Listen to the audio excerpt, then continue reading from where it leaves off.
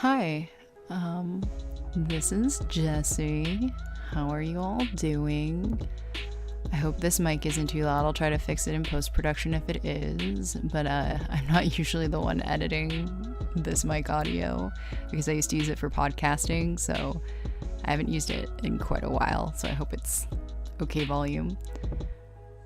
I know I don't usually talk over my drawing videos over on Patreon, but I wanted to try something different here on YouTube just because I don't have to get this video out as fast as I do my Patreon vids, which are on kind of a timeline.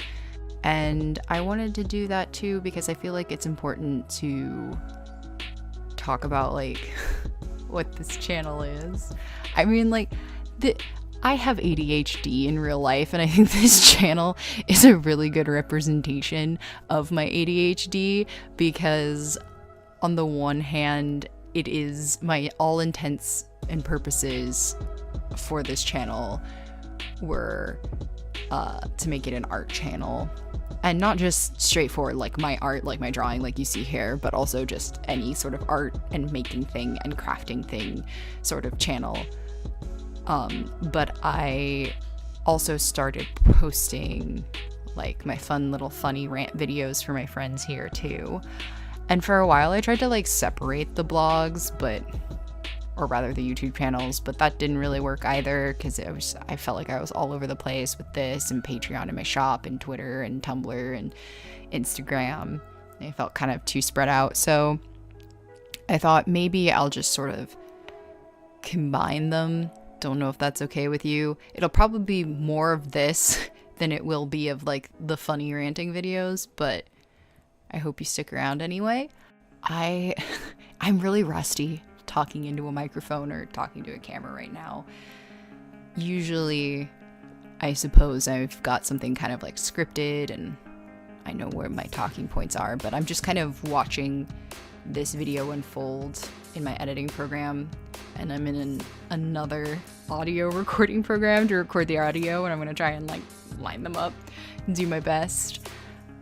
But I sped this video up so much, but this is like 4.5 hours of footage.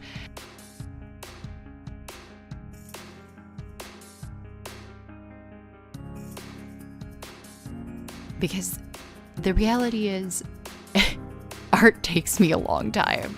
I am pretty slow with drawing, and especially if I'm like really focused on what I'm doing, I guess. If it's not a sketch, if it's something that I'm bringing to fruition as like a full piece, then I'm definitely slow because I'm constantly thinking as I'm drawing, I'm thinking as I'm sketching, I'm thinking as I'm inking. I'm not the kind of person who plans out my sketches perfectly. If I'm doing a larger piece with like a full body, I definitely color code my sketch lines too, just so I can see where I'm sketching. But still, I make a lot of final decisions in the inking, and I made a lot of final decisions in this inking that I didn't quite like, and I think it carries through the rest of the piece. This isn't my favorite thing that I've drawn. I hate flatting. I hate flatting so much. It brings me none joy left beef. It is the most boring part of the drawing process to me. I used to hate inking actually until I found brushes that I liked more. Like I found these like textured brushes and I really like the way that they look, and just the way that they feel when I'm using them. But before that, I used to not really like inking unless I was like hyper focused on hair inking. Hair inking used to be like one of the things that truly just was my only favorite part about inking. But now I kind of truly enjoy the process of inking. I still haven't grown to love the process of flatting. I hate it. It's a little bit easier in Clip Studio because I had a brush or like a lasso tool that sort of selected the whole area for you and just filled in that area. That tool's bomb. Clip Studio is a bomb program, but it's only on my old MacBook. I don't have it for my PC that I built. So, and I don't want to buy it again because I don't know if y'all know this, but I am not rolling in the dough. I am particularly poor. So Clip Studio is a super affordable program, but I don't even have that right now, especially since I opened up my shop and I kind of like put money into that first. But should it go on sale again, because it does often go on sale, I'll probably pick it up again because I like it that much. But in the meantime, I have Photoshop and I'm really thankful for that. I've used Photoshop since 2012. I didn't start drawing digitally until 2012, which is interesting because I was in my first year of college, my last year of high school, first year of college, when I started drawing in Photoshop. And it wasn't until I actually made a friend in college who's older than me, and she's been using Photoshop probably since the dawn of Photoshop. Don't tell her I said that. She probably won't watch this video either, so she'll never know. And she really taught me how to use the different tools in Photoshop, because it's overwhelming, right? It's a learning curve. There are all these tools and you don't really know what they are, and then you try to look up videos, and as I said before, I have ADHD. It was undiagnosed for like a really long time until I was like 24, 25. I'm 26 now. I'm about to be 27 in February, so but if that video doesn't like immediately tell me what I need to know, I'm very much Scott Pilgrim being like, this is so boring, and Xing out of the email.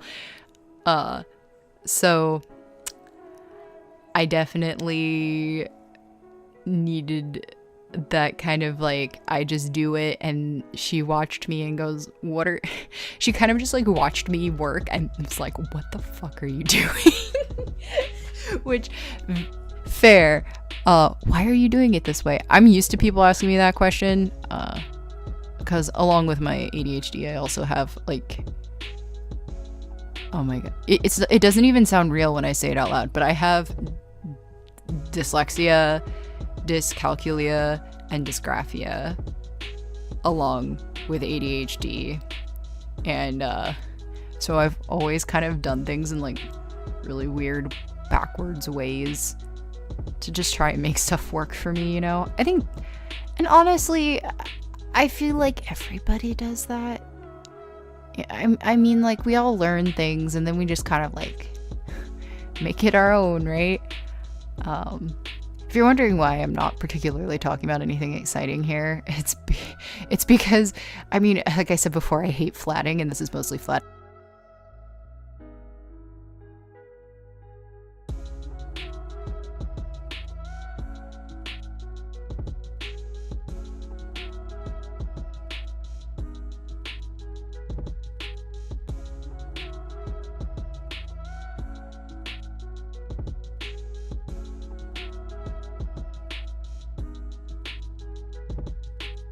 I do this sometimes. So for things like portraits, I'll use a multiply layer of the flesh tone, which I don't usually shade this way. But I'm going to go over with some cast shadows, and I kind of want there to be some dimension in the face before I do that, so I can kind of figure out, okay, well, where are the cast shadows actually going? And here I'm drawn in some bruises and blood. I love doing this. It's one of my favorite things to draw. She's also got some deep under eye circles. This is a character from a book series, the Locked Tomb series. It has Gideon the Ninth and Harrow the Ninth so far, and this character doesn't sleep very much. So I kind of figured, you know, she has maybe some under eye circles from lack of sleep.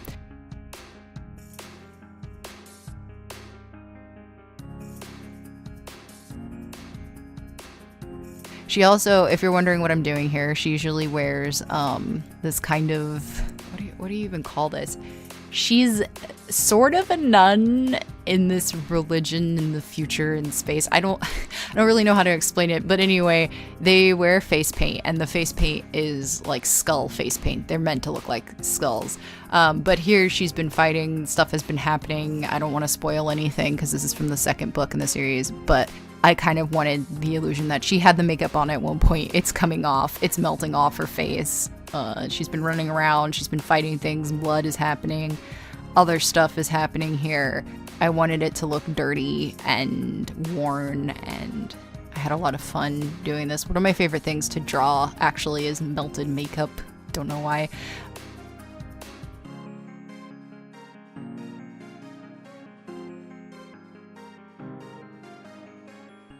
Here you can see I'm using a multiply layer, and I'm kind of using a layer mask to pull back the multiply layer in the places where I want the light to be. I like doing this for anything that I'm more painting. I feel like a lot of artists have this, and I don't think you should feel bad if you have this too, because I think I felt bad about it for so long and I don't know why, but essentially, like, I feel like I have several styles, but here's the thing, right? Like, all of our styles are for different things, right? Like, if I'm drawing my comic, for instance, which you can read on Tapas, it's called Aristo Rising. I'll have a link below, and I'll also probably talk about it at the end. But if I'm working on my comic, for instance, I am probably more inclined to cell shade, just because it's faster.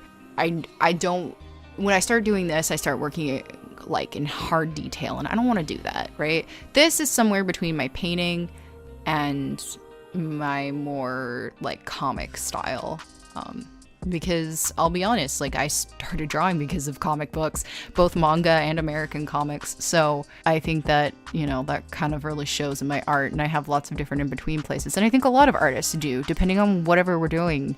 Elements of your style are going to be there. Style just exists. I don't even really think about my style right now. Like, I think about it when I don't like something, because I'm like, what is it that I don't like? And usually when I find something is lacking in my art, I will boot camp it up, and I'll start watching videos and reading books with pictures. No, I do read, clearly, because this is based on a book, but you know, listening to other artists talk about their experience, their drawing from reference. There are lots of places online where you can draw nude models and stuff, and they'll time it for poses, which is really helpful. But there are online resources, and they are free, and I highly recommend you use them when you're feeling stuck. I'll listen to a lot of other artists talk about their processes, their tips and tricks, probably, you know, like this. I like to put on videos like this where someone's kind of like talking in the background when I'm working, or, you know, cleaning or something, so it's kind of like a podcast in that somebody's talking. You can also mute me if you want, I understand. Buy my silence. Join my Patreon and buy my silence. No, I understand if you don't want to listen to me blah blah blah, but I kind of like when artists talk over their videos, because I like to hear their thoughts, and also, like I said, I like to listen to them when I'm working. It kind of fills that weird, like, loud ADHD part of my brain that's screaming.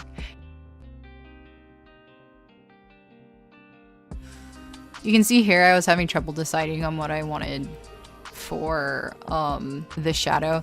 I tend to stick to cool shadows, but I was arguing with myself here over like a more purpley toned shadow or more blue toned shadow. So then what I ended up doing was like, okay, clearly I have a color tetrad going on here, and I looked at the color wheel and kind of found the color tetrad I was trying to go for and tried to push that as my multiply shadow layer. But you'll see that I dead ass got rid of everything I just worked on. That hurts, obviously, but it's better to fix it when you see it happening than get all the way to the end of the piece and you've painted over stuff and you hate it. I mean, like, that's kind of what happened with the line art, right? Like I said, I had some problems with the line art and I didn't like it, and I just kept going thinking that I could fix it. So fun fact, I actually painted this by hand the night before, and I decided I hate this. So I scrapped the whole thing and I kind of redrew it in Photoshop and decided to work on it and make it the video. I don't know how often I'll post these. I mean, I guess it depends on if people like this. If you have any questions, go ahead and leave them in the comments and I'll answer some of them about my process and programs and brushes and stuff. I'd love to talk about that. The thing about brushes is that they don't matter and they do matter at the same time. Like, obviously, if you're not practicing your skills and you're not learning the fundamentals, no brush is going to fix that. But if you are doing all those things, and I trust that a lot of people are, you know, when they ask what brushes are you using, they're clearly investing their time. You're not sitting there thinking your brush is going to save your, you know, entire piece. Then of course, like, you're going to ask about brushes, because brushes do make a difference. It's like IRL. When I'm working with crappy brushes, it makes the process so much harder. And the same goes for Photoshop.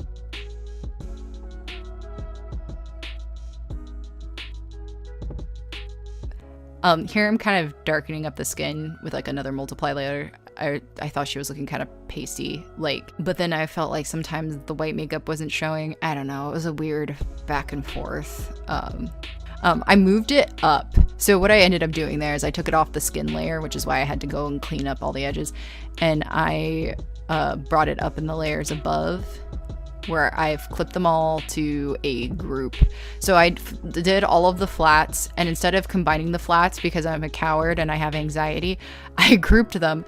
And then I think anything after CS6 and above, you can actually apply masks to groups. Bless that, because for anybody who has a lot of anxiety about combining layers, even your flats, because I like to change stuff, which I ended up changing a bunch of stuff in my flats, it is a welcome relief to be able to just kind of apply stuff to a whole group, and you apply to all the flats without having to combine your flats, and I really appreciate that. I end up having a bunch of layers, and after the flats, I rarely ever label them, and which often does lead to me going, which layer is this on? That's too bad. Head empty. The only time I really label everything is in client work. Obviously, I'm not gonna mess around with client work. I label everything. So if they tell me they want me to change something, I go back and I can mess with everything. But when I'm kind of making stuff on my own, it's just kind of like, I don't know what layer that's on. So here I'm just painting over stuff. I actually really like the way that the area around the eyes, I don't like the eyes at all. I don't. I've been having a really hard time with how I draw eyes for a while now. And I keep trying to change the style and I hate them all. So I have to figure something out. Don't know what it is yet. Usually, like I said, when that happens, I hit the books. I start looking at refs from books, from artists.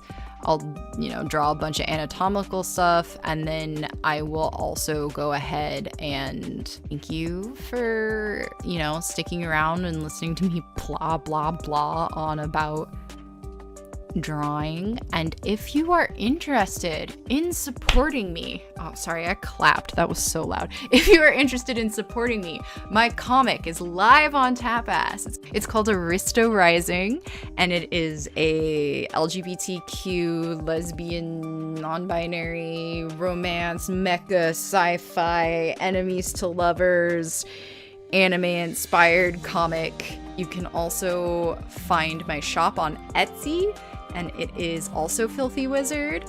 My Twitter is Filthywizard. My Tumblr and my Instagram are Filthy Magic User, because people had taken Filthywizard and it makes me sad, Todd. And what am I forgetting? My Patreon is also Filthywizard. I have multiple tiers. You get comic stuff early, you get exclusive videos. There's a $5 tier where you get an exclusive Patreon pinup every month. So think about supporting me there. And of course, you know, like, comment, and subscribe if you want more videos like this. And thank you for watching.